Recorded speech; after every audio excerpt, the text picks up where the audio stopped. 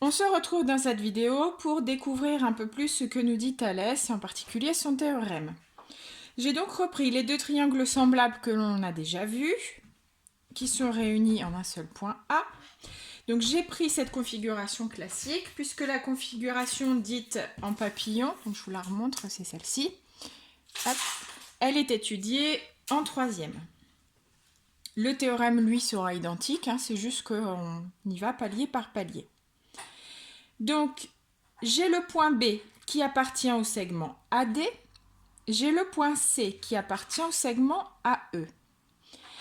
Si j'ai deux droites parallèles, c'est-à-dire si BC est parallèle à DE, alors le théorème de Thalès me dit que j'ai proportionnalité, c'est-à-dire AB sur AD sera égal à AC sur AE, qui sera égal à BC sur DE. Voilà ce que nous dit le théorème de Thalès, tout simplement. Donc ensuite, on va utiliser ces égalités pour arriver à calculer des longueurs qui nous manquent. Donc ça, on le verra un petit peu plus tard. Là, pour le moment, on cherche juste à voir ce que signifie le théorème. J'en ai parlé tout à l'heure. Le théorème, il a aussi sa réciproque. Donc la réciproque, on l'a déjà vu, c'est la propriété ou le théorème dans le sens inverse. La réciproque de Thalès, ou plutôt la réciproque du théorème de Thalès, nous dit que si j'ai proportionnalité, c'est-à-dire AB sur AD, qui est égal à AC sur AE, qui est égal à BC sur DE,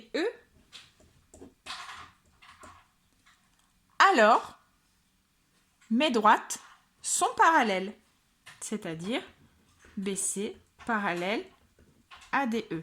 Donc on voit bien que ce que j'avais ici dans le si est arrivé dans la partie alors, et ce que j'avais dans le alors est arrivé dans la partie du si. Donc le théorème de Thalès, je pars de droites parallèles, j'obtiens des égalités qui vont me permettre de calculer une longueur. Par contre, avec la réciproque, je pars des égalités et j'en conclus que les droites sont parallèles. Que se passe-t-il si je n'ai pas égalité? Dans ce cas-là, c'est ce qu'on appelle la contraposée du théorème de Thalès. Si AB sur AD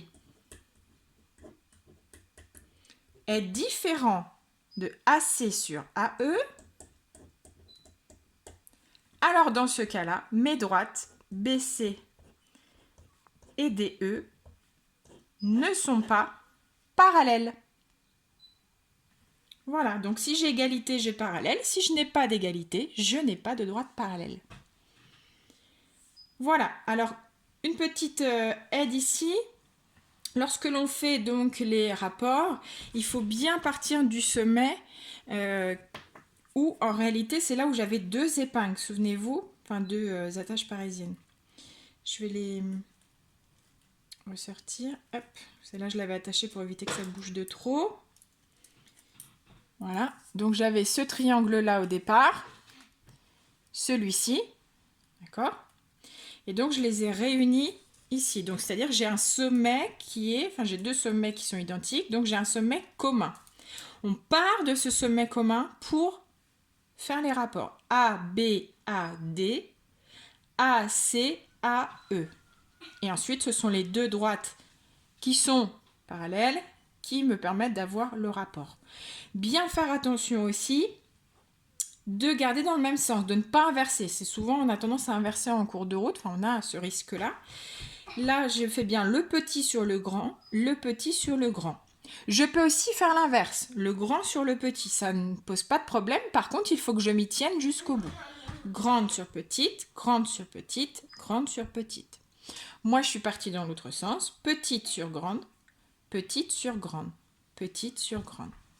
Et là, j'ai le point B, le point C, je retrouve BC.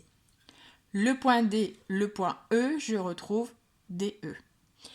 Le sommet ici, qu'on pourrait dire sommet principal, c'est celui que l'on va retrouver sur le même rapport. AA, AA.